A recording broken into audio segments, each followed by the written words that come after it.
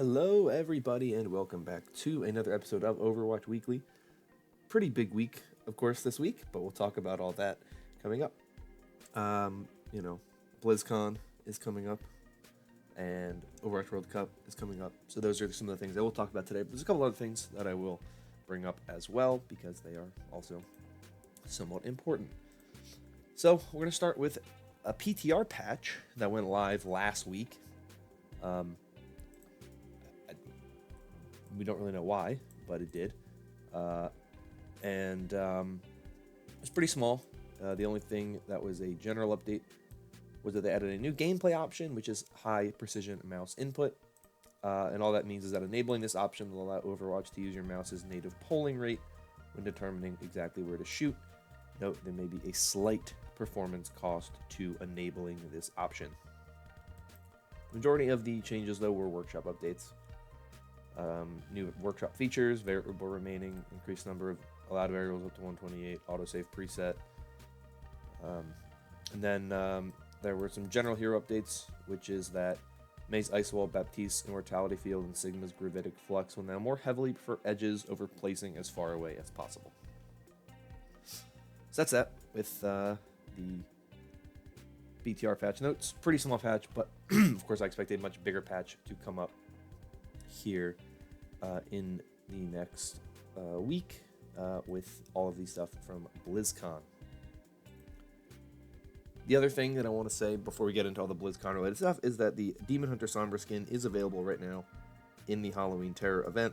It is available through November 4th, which is also when Halloween Terror itself ends. So if you want to get Demon Hunter Sombra, you have until November 4th to do that. And if you want to get any other skins from the Halloween Terror event, you have until November 4th. Just making sure everybody knows that that's when it all ends. Now let's get into BlizzCon, because that's what I'm sure most people are excited about and care about. So, BlizzCon schedule was, of course, revealed and announced. Overwatch-related stuff actually begins well before the actual event. The actual event begins on November 1st, but Overwatch World Cup stuff begins on the 31st. They will begin at 12:30 p.m. Eastern on Thursday, October 31st. And obviously that's 9:30 p.m. Pacific, and you can figure it out from there. And that'll just go until it doesn't need to go any longer. And then we get to all of the stuff for Friday. The games on Thursday, I'll talk about a little bit more, but that's just the rough BlizzCon schedule. So, Friday, we have the BlizzCon opening ceremony at 2 p.m. Eastern, or, I'm really bad at this, 11 a.m. Pacific. And that is where you'll get the main big announcements. That's where whatever's going to come, that's where, like, if they're going to announce a Diablo 4 or an Overwatch 2 or anything like that, that's going to be at this opening ceremony. And then there's, of course, smaller individual panels later on that you can watch if you have the BlizzCon virtual ticket. I do not. I'm not planning on buying it, so I won't be watching most of the panels. But opening ceremony is watchable by everybody. They open that stream up to the public, so anybody can watch it. So that's where we'll get all our big announcements. Obviously, there's been a ton of leaks about Overwatch and World of Warcraft and all that kind of stuff, so I'm not going to be the one to talk about it here. I'll wait until it gets officially announced on Friday. But that's the kind of stuff we'll see here.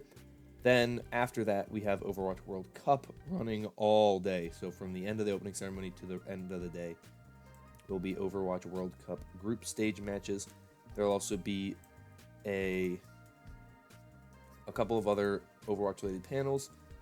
There's a bunch of coming soon panels that take place after the opening ceremony. One at 3:30, one at 4:30, one at 5:30, one at 6:30. Those are all Eastern time. We don't know what they are yet. They just say coming soon, but one of those will be Overwatch. And then there's a Blizzard animation, The Art of Setting the Scene, which is an Overwatch panel, which is discover how artists from story and franchise development create the filmic work of Overwatch animated shorts.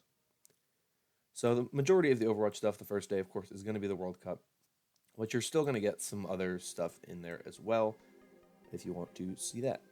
As we move on to Saturday, we have a couple of things, and some of these things I hope that we do get to actually get streamed, and I think they will be, but who knows.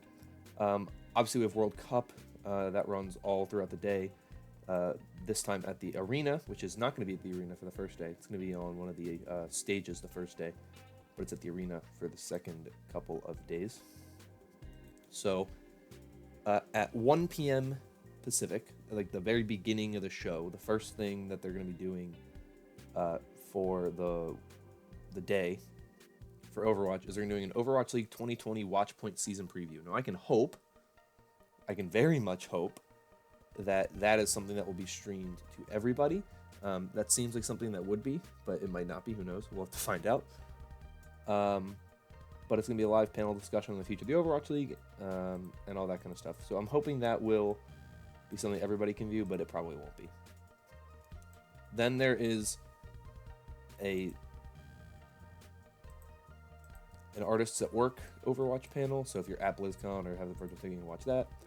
There's an Overwatch update panel, which is come learn more about Overwatch from the developers of the games. That'll be the Jeff Kaplan panel, where he's going to say, here's what's going on with Overwatch and all that other stuff. That's always like an interesting panel, and I hope it gets uploaded to YouTube eventually so I can watch it. And then the final panel for Overwatch is the Voices of Overwatch panel. That is at 8:15 p.m. Eastern, of course, on November 2nd. And then, as I mentioned, you have Overwatch World Cup stuff running throughout the day. But why don't we talk a little more in detail about the Overwatch World Cup, just so that everyone gets the idea of what is going on. So in the link in the description, I have an Overwatch World Cup viewers guide. This comes from the Overwatch League website, so you can check it out. It's a pretty nice website. The first thing they have is links to a bunch of different... I'm really struggling here today. A bunch of different broadcasts, different language broadcasts. So English, Finnish, French, German, Indonesian, Italian, Japanese, Korean, Latvian, Mandarin, Mandarin mainland China, Mandarin Taiwan, Portuguese, Brazil, Spanish, Latin American, and then Russian and Vietnamese. So those are all the different languages that they have available. But let's get into the other things that are going on. So the first day, of course, is the preliminaries. On Thursday, October 31st, beginning at 10 a.m. Pacific time, which of course I mentioned already, all non-top 5 teams that come to Anaheim will be entered into a bracket tournament. The teams will be seeded into 5 brackets and will play first to 3 matches. The 6th to 10 seeds, which are the United Kingdom, Australia, Sweden, Russia, and Finland, will each get byes into the second round of each bracket. Now, what's interesting is that there are 29 teams, including those top 5 teams, that are going to BlizzCon. So they have to find out how to divide up 29 teams into a bracket of 5. Or into 5 brackets. Now, if I had to guess what they're going to do, they'll probably do some play-in stuff for that, because obviously a bracket doesn't really work super well. A bracket works best. If you have a team that's automatically getting a bye, it's even more confusing. I don't know how they would do that, unless they have other teams get byes as well. But I guess you could have like 9 teams that play, and then you just have like or you should have like 5 games in the... I don't even know. I don't know. They'll figure it out. It's going to be confusing though, but we'll see. That's going to be all on Thursday, so you can watch that there. Then we move to Friday, where the group stage begins. And what they say here is that on Friday, November 1st, beginning at 12:15 p.m. Pacific, the 5 teams that advanced from the play-in tournament will be seeded into 2 groups, along with the 1st to 5th seed teams, which are South Korea, Canada, China, France, and the United States. Each team will play a 3-map match against all the teams in their group. The top 3 teams by record will advance from each group with map differential as the tiebreaker. So it's interesting. So there will be 10 teams in the group stages, and 6 of them will advance. And I assume that then the top 2 from each group then will get a first round bye into the medal rounds. And here we have it. On November 2nd at BlizzCon, beginning at 10:15 a.m. Pacific time, the top 6 teams will begin bracket play, with the top 2 teams receiving a first-round bye. There we go. Each match is first to 3-map wins. The winners of the 2 second-round matches will advance to the gold medal match. The losers of the second-round matches will compete for the bronze medal. So lots of Overwatch World Cup stuff going on. 3 whole days of Overwatch World Cup. It's going to be really cool. I'm hoping I'm not too busy so I can actually watch some of it, but we'll see what happens. It's going to be exciting. It's going to be interesting. I'm really excited to see all of this stuff. There's going to be a ton of different places where they're going to stream it. They're going to stream it on the Play Overwatch Twitch account. They're going to stream it on the Overwatch Contenders Twitch account. And they're also going to stream it on OWWC 1 and OWWC 2. So there's 4 different Twitch channels, 4 different Twitch accounts. I will have a link in the description to just like this Overwatch World Cup page that has the different stuff, and there's also going to be stuff in the Overwatch League Twitch channel as well. But the preliminary and group stage matches are going to be on these other 4 channels. But then the primary show is going to be on the Overwatch League Twitch channel. Of course, that's the main one that you will be able to see. Final thing I have is the Overwatch World Cup talent. They announced who's going to be casting and all that kind of stuff. So we have a bunch of different caster teams, and it's going to be amazing. We have Avast and ZP. We have the big brain himself, Avast. I'm super excited for Avast and ZP to be casting. Bren and Sideshow are going to cast some games while also, of course, being on the desk. Jake is going to cast alongside Lemon, Kiwi, and Jaws and Leg Day, and Mr. X and Uber. So those are your casting crews. And then you have Golden Boy, Reinforce, and Zoe for the desk, and Bren and Sideshow will be joining them, of course, later on. And then we have Emily Tang and Danny Lim as the sideline reporters, or whatever you want to call them, the people who are going to talk to different players. So those are your talent people for the World Cup. And that is everything I have for you.